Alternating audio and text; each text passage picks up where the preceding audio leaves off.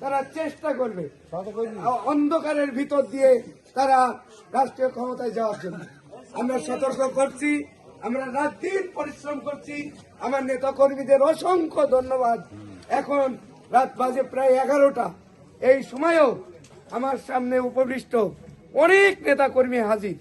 আলহামদুলিল্লাহ, এত কষ্টের পর আমরা ধান লাগালাম, ধান সুন্দরভাবে তৈরি করলাম, কাটলাম, ফসল বস্তা ভর্তি যদি না পারি তাহলে কি আমাদের সফলতা আসবে?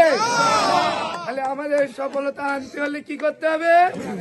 আমাদেরকে সতর্ক সহিত আমাদের যারা ভোটার আছে, আমাদের যারা কর্মীরা আছেন, যারা দায়িত্বে থাকবেন, আমাদের 50 জন নেতা কর্মী, মানে দুই সেন্টার প্রায় 100 জন নেতা কর্মী যারা বাড়ি থেকে ভোট কালেক্ট করবেন, যারা এজেন্ট থাকবেন, সকলকে সতর্ক সহিত খুব খেয়াল করে দেখবেন যাতে একটি ভোট জাল ভোট না পড়ে।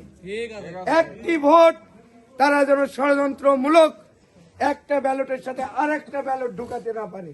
আমাদের কাছে ইনফরমেশন আছে, যে কারণে আমার নেতা আজকে বলে গেছেন যে অবশ্যই আমার নেতা কর্মীরা ব্যালট পেপারের পিছনে প্রিজাইডিং অফিসারের সিল এবং স্বাক্ষর থাকবে।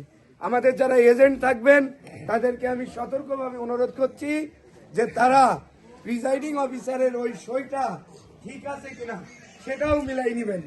মিলানোর পরে তারপরে আমাদের ব্যালটে হাত দেবেন। আমার বিশ্বাস, আমি কিছুক্ষণ আগে ফিরোজপুর থেকে আসলাম,